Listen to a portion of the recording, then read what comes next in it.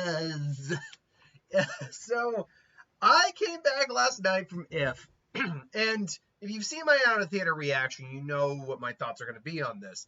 But I had heard that the reviews actually weren't all that good, so I just wanted to go check. Heard it was at like a, I'm just going to angle this a little back. There we go. I heard it was like at a 51%. I went back. It's down to a 49%, which ironically still makes it the best reviewed of the 3 wide release films this week. I'm reading the reactions. And while film is a subjective, art form, we can't judge someone for not liking it. The reasons and explanations people give, I don't get it. I do not get like some of the what people are talking about on some of those reviews, because this movie really surprised me. I didn't think the movie looked bad at all. I thought it was a cute concept. These imaginary friends. It's not like it's a concept that's overly new. Your imaginary friends, you grow up. What happens to them? They need new kids. This girl ends up helping Ryan Reynolds find these new kids. What happens to the old? We've seen similar concepts before. And the thing I have seen said, and I will kind of agree with is this a brand new take on that? Not inherently. There are different aspects. There are new aspects with the idea I used, but it's not inherently new. But why does everything have to be new? Why does everything have to be innovative? Why can't something just be? Why can't it just be another one of these stories and enjoyed for that? Because I'll tell you what, man, I'm not saying this is in my top 10 films of the year, or going to be in my top 10 films of the year. I had to see the rest of the year to find that out. Right now, though, it'd be pretty high on the list. I was kind of floored by this film. I knew right away that I was going to be like, oh no. When, first off, they had like a 3-minute short before the film started of them kind of talking about it. You see like Steve Carell and John Krasinski meet up after all these years. But they're joking. It's like, it's not like we totally didn't rehearse that. Go back and try again.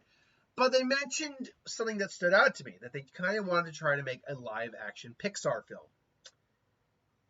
And the literal opening sequence of the film, I'm like, oh, you mother effers. You're doing it up right now. Don't you dare do it up. You're doing it up right now.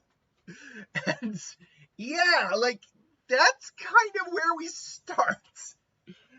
So, I mean, you've seen the trailer. The film follows this girl named B. I think she has a full name, but her mom called her B. Who her and her father experienced. There's a tragedy in the family. Someone dies. Like you can kind of get that vibe at least. I can at least say that there's a tragedy in the family. Someone dies, and she's kind of lost in a way, as there's a new possible tragedy maybe looming in the family. And she suddenly finds Ryan Reynolds and Blossom, which is the little spindly, like kind of almost old school Hose animation looking girl. And Blue, who's the giant purple thing, voiced by Steve Carell. And he explained, and it's revealed that they have to try to help these IIFFs find new kids, just try to find them a new place in life. And the story of how that goes, and then the new things that come about from that, and the characters' arcs in this story. And again, I can't give too much away. I feel this is one of those films where I really felt the message they were trying to get, at least the message I was interpreting. And the message I was interpreting is to continue forward, you got to sometimes go back. To continue to live and experience the future as it comes, you've got to hold on to a little bit of the past from your childhood, and you've got to hold it with you. And that little part will always be there. I'm not going to exactly say how that is represented in the film. All I'll say is, because you do actually see a little bit of this in the trailer where they do meet their original kids. It does plays a huge factor into it. And my God, when this film is hitting the feels, I was doing everything I could do not to just bawl in the seat. Like I didn't have tears streaming from my eyes, but I was like, oh God, no, no, no, no, don't you, no, no, don't you do this to me. And it sounds like, oh God, like seriously, her relationship with her dad, played by John Krasinski in this film, is so sweet. He still sees her as his little girl, and she's 12, so she still is a little girl. I'll get into one of the few things I didn't like. One of the things that is maybe in the more things I kind of are a bit more critical of when I get to that, because there are one or two things that I am a little critical of. But it's just a sweet relationship. The mother, who's I believe the woman who played the mother in, the Dudleys, I think it is, the Harry Potter's family. That's the one who played the mother in that family. She's such a sweet little grandma. She's just trying to keep the peace and keep everything happy. And then you actually learn a bit about her backstory. And it's just such a beautiful one. When the emotional moments like it's just hit, man, do they swoon. There's this character apparently voiced by, I didn't even know he's voiced by the late Louis Gossett Jr., who's this bear, and he talks about the people we love and memories, and him teaching her how to kind of just access those memories again. All the acting is really top. I wouldn't say, was I say it's top notch? That might be a little much. I'd say Ryan Reynolds is good. I wouldn't say he's top notch, but at the same time, the character he's playing, he's supposed to be guarded to a certain degree. He's supposed to not really want to be doing what he's doing, but he kind of also wants to be doing it. He's kind of roped in. The character at B, the actress playing her was you felt the pain of loss in her, and her just trying to be mature about it. And let me say right now the thing I didn't like about the character. I'm not a fan of the trope of kids who are clearly kids. I'm 12. I'm not a kid anymore. Fuck you. You're a kid. You are still a damn kid. You're a tween, but you're a kid. You don't stop.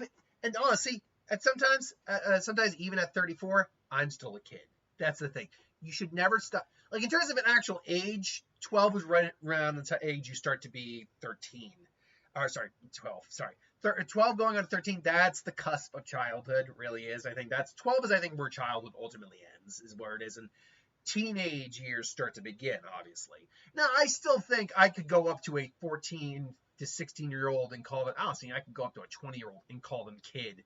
And with the 20-year-olds these days, that's not hyperbole. But, they literally are just freaking children sometimes. It is so irritating. But you know what they mean when they say kid. And, her journey and her arc and her just kind of learning to be kind of ultimately embracing being a kid again, I liked quite a bit. Like I said, I'm not a big fan of that because, yes, you are. I get it. You had tragedy. I get it. But you know what? Grow up by growing down, if that makes sense. Grow up by going back, because you really think that this is how that person wanted you to be. I get it. You lost something and it hurts, and obviously deal with it in your own way, but just don't give me this whole, I'm not a kid anymore. Yeah, you are. So there's that. All of the characters I liked. They all mostly have, even for the few who only have a little bit of screen time, you have the voices of George Clooney, Awkwafina, Sam Rockwell, Jon Stewart's in there. Now, they're not in there very long because they're not the main, characters we focus on. I think the three big main ones we focus on are Blue, the big one you see there, Blossom, who is the other one, I can't spoil what she actually is, but she, again, the rubber hose looking one. And I would say, and I can't remember his name, but the bear, he's as close to a third main as I think you get in this film, because he actually is very old and wise. They say he's 93. So yeah, I'd say those are your three, and they're very enjoyable.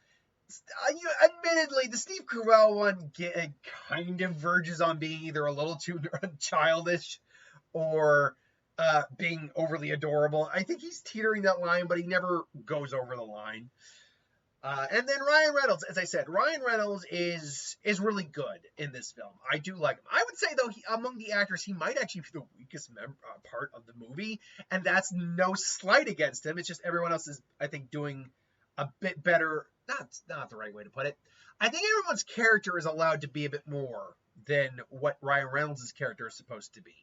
But I get that Ryan Reynolds' character is supposed to, like I said, be a little closed off and not be revealing everything, because there are arcs and there's a couple surprises in this film, and one of them is revolving him and why he's doing this, why he does it, who he is more or less. And I won't say anything, but it's, even when watching the trailer for this film, I had it in my mind that, oh, what if? So to be fair, they don't even hide the reveal all of that. Like, they don't flat out say what it is about Ryan Reynolds, but they do make a lot of allusions to it, and who he is and why he does what he does.